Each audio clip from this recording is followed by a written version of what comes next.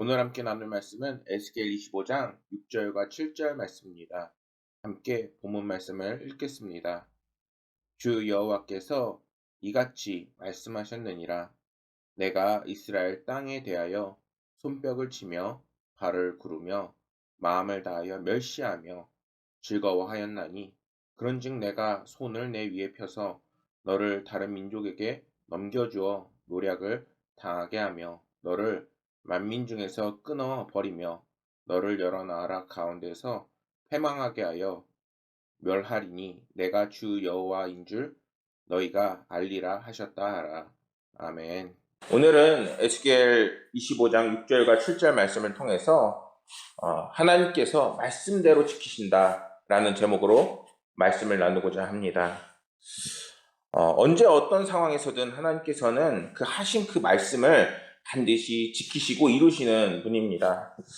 에스겔 25장부터는 예언의 방향이 이방 나라들의 심판으로 바뀌게 되는 장면인데, 그러면은 하나님께서 하신 이 말씀이 누구를 향해서 이루어지게 되는 것일까요? 당연히 이방 나라들에게 이제는 하나님께서 이렇게 역사하실 거라는 그런 약속의 말씀인 것입니다.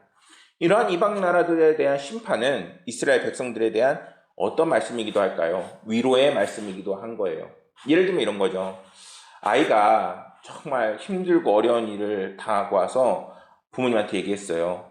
물론 부모님이 가서 그 자신의 자녀를 어렵게 한 사람을 혼내주고 때려주는 것은 지금의 인권상이나 그런 것들로는 잘못된 일이지만, 만약에 정말 아이가 어려운 일을 당했어요. 그랬을 때 부모들은 어떨까요?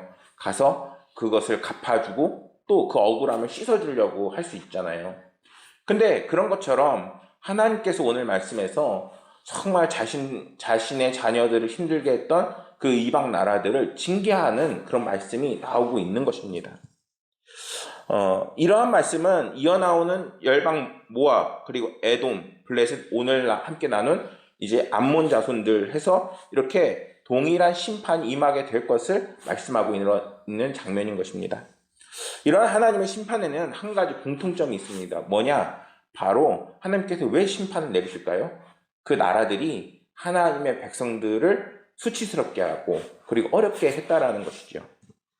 그러니까 하나님께서 얼마나 참 자상하시고 우리의 힘들고 아픈 그러한 부분에 대해서 얼마나 관심을 가지는지 우리들은 이런 말씀을 통해서도 알 수 있게 되는 것입니다. 이러한 말은 하나님께서 하나님의 백성들의 억울함과 수치를 반드시 갚아주시는 분이라는 거예요. 그렇기 때문에 만약에 정말 하나님의 말씀이 우리가 갈급하고 필요할 때 누구를 찾아와야 돼요? 당연히 하나님 전으로, 또 기도하는 자리로 반드시 찾아가야 하는 것입니다. 근데 이러한 심판이 다른 열방들에게는 어떻게 보면 억울할 수도 있어요. 왜? 서로 적인 나라고 그리고 서로 반목하는 나라들이잖아요. 그렇기 때문에 다른 나라를 비방하고 그리고 다른 나라가 잘못돼야지 자신들이 잘 될 수가 있잖아요. 그런데 사실 이런 경쟁 관계에 있다 하더라도 이들이 정말 알아야 되는 것이 무엇이냐? 하나님께서 함께 하시는 민족과 사람들이 있다라는 겁니다. 그러니까 그들이 무시했던 것이 무엇이냐? 바로 하나님이라는 것입니다. 그런데 유독 이스라엘에 대해서 조롱과 멸시하는 그런 부분에 대해서 하나님께서 이제 용서하지 않는 것을 오늘 말씀에서 이야기하고 있는데, 하나님께서는 이러한 이스라엘을 어떤 식으로 축복하시고 함께 하시느냐, 그 말씀이 성경에 나와 있습니다. 어디에 나와 있냐? 창세기 12장 3절 말씀을 보면은 너를 축복하는 자에게 내가 복을 내리고 너를 저주하는 자에게 내가 저주를 하리니 너를 축복하는 자에게 내가 복을 내리고 너를 저주하는 자에게 내가 저주하리니 땅의 모든 족속이 너로 말미암아 복을 얻을 것임이라 하신지라, 이렇게 말씀하고 있다는 거예요. 근데 여기서 분명히 알아야 될 거는 하나님께서 이스라엘 백성을 시작으로 축복을 하고 복을 내려주시고 계시지만 이 말씀이 이스라엘을 향한 말씀만 아니라는 거예요. 그러니까 지금 여러 나라들을 얘기했고 그 나라들이 무엇을 모르는 거예요? 하나님께서 이들과 함께 하신다. 그리고 그 하나님을 존중하는 법을 모르고 있는 너희들을 향해서 징계를 내리시겠다라고 하고 있는 그러한 말씀이라는 겁니다. 하나님께서 이렇게 말씀을 주시고 있는 사람은 누구냐? 바로 아브라함인데, 아브라함에게 이렇게 주셨던 것은 하나님을 신뢰하며 그 길을 걷는 아브라함에게 그의 모든 인생에 걸쳐서 책임져 주시는 하나님이라는 것을 분명하게 나타내고 있는 것이라는 겁니다. 성도 여러분, 그렇기 때문에 우리는 이러한 하나님을 신뢰하며 걷는 그리스도인들이 될 수 있어야 되는 거예요. 그렇다면은 아브라함은 어떻게 이러한 믿음의 길을 걸어갈 수 있었을까요? 지금 하나님께서 무엇을 주셨어요? 바로 약속의 말씀을 주셨잖아요. 그리고 그 말씀을 아브라함은 정말 이루어질 것이라고 믿고, 그리고 오직 하나님을 신뢰하는 마음으로 걸어갔다라는 겁니다. 사랑하는 성도 여러분, 만일 아브라함이 이러한 하나님을 신뢰하지 않고 단순히 막연하게 갔다라고 하면 어떻게 이 길을 끝까지 갈 수 있었겠어요? 절대 그 길을 못 가요. 그렇다면 오늘날 우리들이 믿음의 여정을 끝까지 갈 수 있는 그 방법이 무엇일까요?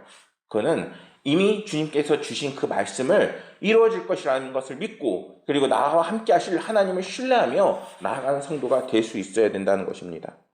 사랑하는 성도 여러분, 오늘날 많은 성도들이 길을 잃고 방황하는 경우가 많이 있어요.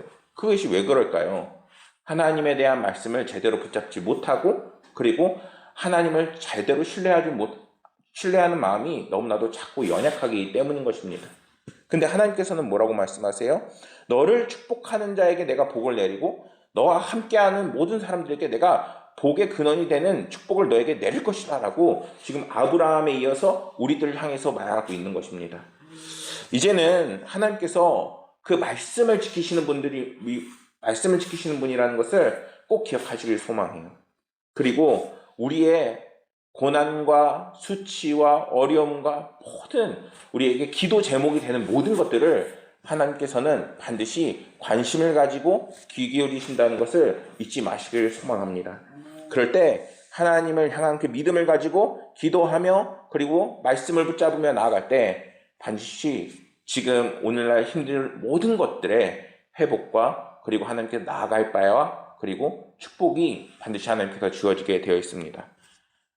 민수기 23장 19절은 이렇게 말씀합니다. 하나님은 사람이 아니시니 거짓말을 하지 않으시고 인생이 아니시니 후회가 없으시도다. 어찌 그 말씀하신 바를 행하지 아니하며 하신 말씀을 실행하지 않으시랴.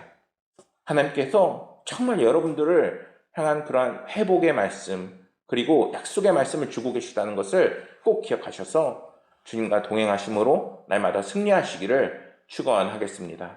기도하겠습니다.